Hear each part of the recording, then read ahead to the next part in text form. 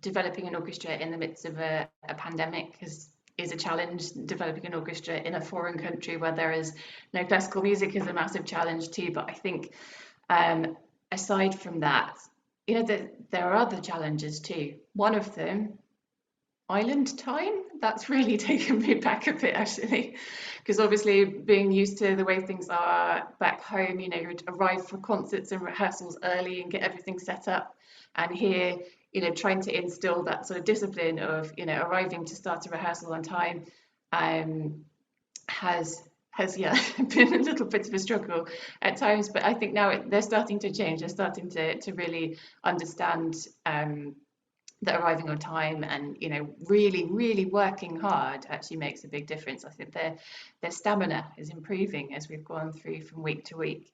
So yeah, that's been a little bit challenging at times, but yeah, it's definitely improving.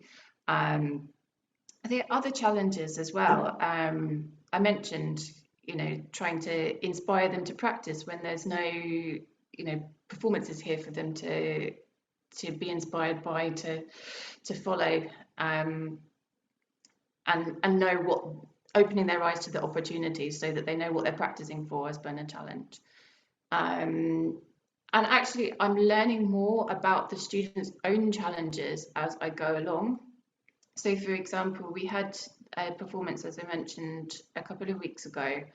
And actually on the way home back from the performance, we dropped some of the students at where they live. So it gave me a real insight into their backgrounds, where they're from, their home lives, and I was learning a lot more about some of their circumstances, and it really opened my eyes to some of the difficulties that many of the students have in their lives. I mean, even things like sometimes the water might go off, or they might not even have electricity, and several of my students have had really traumatic events, losing parents, and difficult things like that.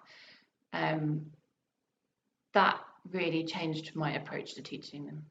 If I have a student who's struggling maybe a bit with focus, sometimes there's a real reason for that, and I've had to adapt and learn from them as I've learned more about them as people and individuals.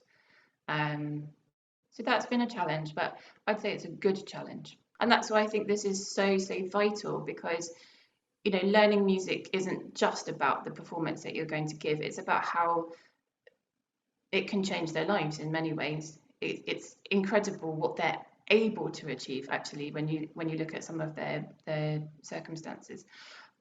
But yeah, it's so vital to give them that musical support there, because it can enhance other aspects of their lives as well. And so that's something that we're really keen to do here, is to encourage some of those students who are struggling a little more.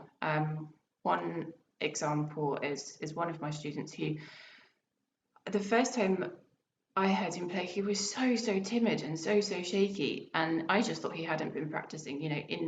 Instinct sort of tells you that there isn't practice happening at home, and I was right, he obviously wasn't practicing, but there was a reason for that, a real reason. And so I spent a bit of dedicated time with him, had a little bit of a heart-to-heart with him. He wasn't focusing so much in orchestral rehearsals either, but spending that little additional time with him, actually showing him how to practice. And then I sent him off and sent him with a practice challenge, and I came back 20 minutes later and he was a totally different child. He was, his eyes were open, he was alert, he was playing confidently.